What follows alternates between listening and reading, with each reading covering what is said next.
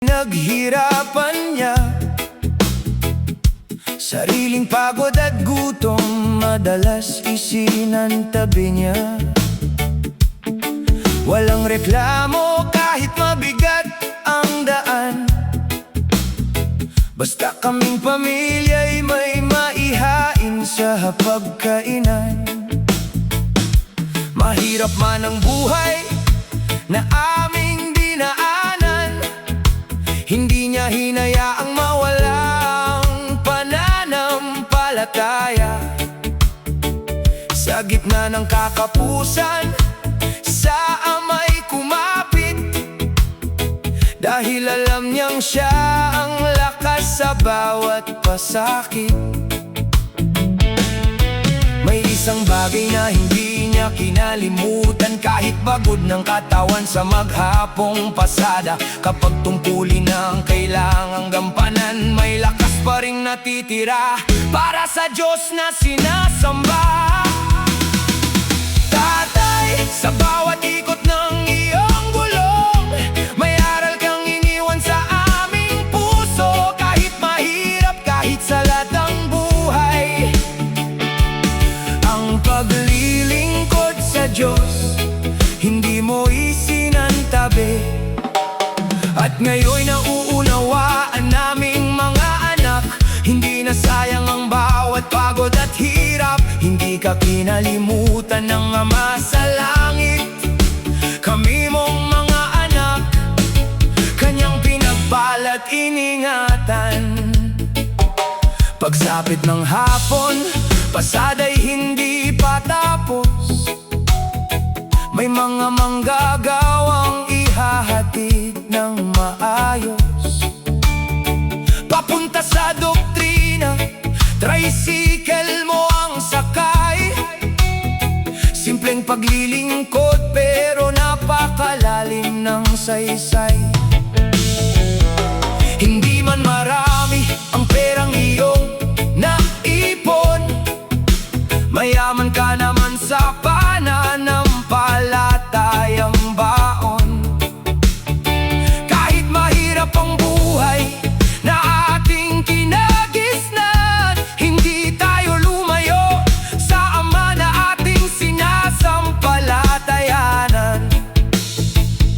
Sa hirap, sa gutom, sa araw na kapos, may panalangin pa ring tangan. Sa bawat pagsubok at sa bawat anak na buong lambing mong minahal,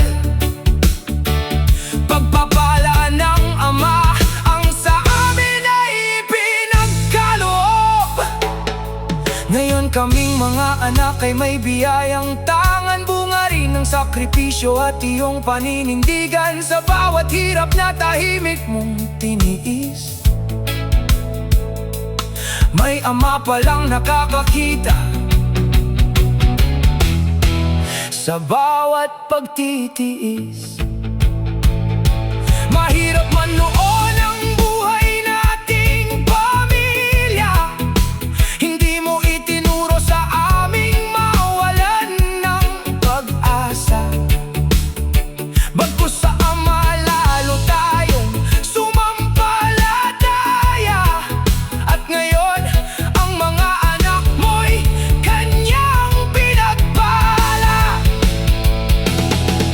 Tatay, huminto man balang araw ang iyong gulong, mananatili ang aral mo sa aming puso. Sa hirap ng buhay, sa pagod at pagsubok, ang pananampalataya'y huwag kailanman malimot. Hindi ka kinalimutan ng Ama kailanman. Ang iyong mga anak, Kanyang pinagpala't iningatan. Ang lambing at pagmamahal na sa amin ay ibinigay, hanggang ngayon ay baon namin sa aming buhay. At sa bawat biyayang aming tinatanggap, naaalala namin si Tatay na sa hirap ay tapat. Kahit kapos no